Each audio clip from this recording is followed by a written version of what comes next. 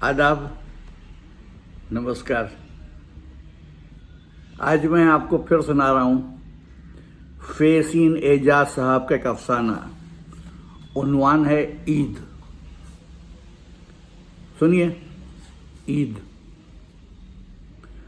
जुमा, शब बारात से पहले का दिन। हज़ारों लोगों ने ज़ोहर की नमाज अदा की।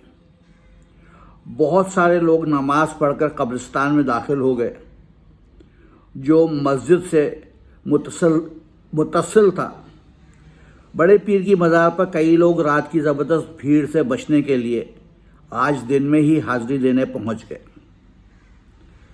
उन लोगों में आमिर भी था जो अपने 7 साला बेटे को पहली बार कब्रिस्तान लाया था। मुन्नू इकलौती औलाद था जो आमिर के 50वें साल में पैदा हुआ था। उसकी माँ ने ऑपरेशन से उसे जन्म दिया था, जिसके बाद वो किसी और बच्चे को जन्म देने की सलाहियत से महरूम हो गई थी। बड़े पीर की मज़ार के बाद आमिर गश्त लगाता हुआ उस गोचे तक जा पहुंचा जहां उसे कई रिश्तेदारों की कब्रें थीं।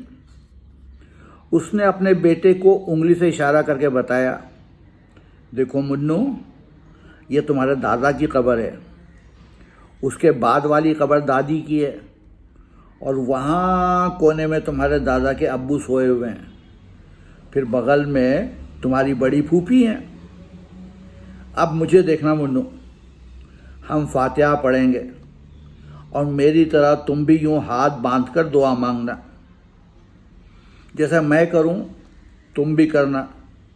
आज पहली बार यहाँ आए हो, सब सीख लो, फिर आना होगा तुम्हें। मुन्नू कुछ समझा नहीं, बस बाप की नकाली की कोशिश करता रहा। कब्रिस्तान में आने जाने के लिए एक ही दरवाज़ा था, वो भी कुशादा ना था। इसलिए ऐसे मौक़ों पर अंदर बाहर दोनों तरफ कतारें लग जाती थीं। जुमे की वजह से आज दिन में ही ज़्यादा भीड़ हो गई थी। बाहर निकलते वक्त बच्चे बड़े एक दूसरे पर गिरे गिरे जा रहे थे। आमिर ने मुन्नू की उंगलियां कसकर अपनी मुट्ठी में पकड़ ली थीं। मुन्नू ने पूछा, अब्बू फिर कब आएंगे यहाँ? रोज़ों के बाद ईद आने वाली है ना, उस दिन फिर आएंगे। अब के तुम्हें उजले उजले नए कपड़े पहनाकर यहाँ लाएंगे।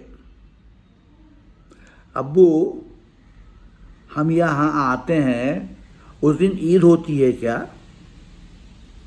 अचानक एक पर एक कई धमाके हुए और भगदड़ मच गई। अपने पीछे वालों का धक्का आमिर संभाल नहीं पाया। मुन्नू की नन्ही मुट्ठी उसने ज़ोर से अपनी मुट्ठी में भींच ली। जो ही वो दरवाजे से बाहर निकले, एक ताकतवर गोला मुन्नू के करीब आकर फटा। मुन्नू की मुट्ठी बाप की मुट्ठी में रह गई और वो शदीद झटके से नाले में गिर पड़ा। आमिर बुरी तरह सटपटाया हुआ इधर उधर देखता रह गया। लोग बदहवास होकर बेतहाशा दौड़ रहे थे। RDX और एमोनियम नाइट्रेट की जहरीली धार से मज़ाहमत करते हुए उसने अपने बच्चे को उठाया और छाती से चिमटाकर अस्पताल की तरफ भागना शुरू किया। अस्पताल आने से पहले मुन्नू की धड़कन रुक गई। आमिर की आंखों में अंधेरा छा गया और वो कटी पतंग की तरह लहराता हुआ पटरी पर गिर पड़ा। तन से अलहदा हुई बेटे की मुट्ठी, जो बाप ने अपने दाएं हाथ के शिकंजे में ले रखी थी, बीच सड़क पर जा गिरी, जिस पर आनन फानन कौवे मंडलाने लगे। आमिर जो दिन में अपने मरहूम रिश्तेदारों की मग़फ़रत के लिए उनकी कब्रों पर दुआ करके लौटा था, चंद घंटों बाद दोबारा कब्रिस्तान पहुंचा। लोगों ने सफ़ेद उजले कफन में मलबूस उसके फूल जैसे मुन्नू को कब्र में उतारा। ढलती शाम का एहसास जख्मी बाप को सूना और निढाल किए दे रहा था। वो टिकटिकी बांधे बेटे की मैयत को मिट्टी में दफन होते देख रहा था। कमसिन के जनाजे पर गिरते ढेलों की भारी आवाज़ को चीर कर कच्चे दूध में रसमसाते ये अल्फाज के दिमाग में गूंज रहे थे, अब्बू हम यहाँ आते हैं उस दिन ईद होती है क्या?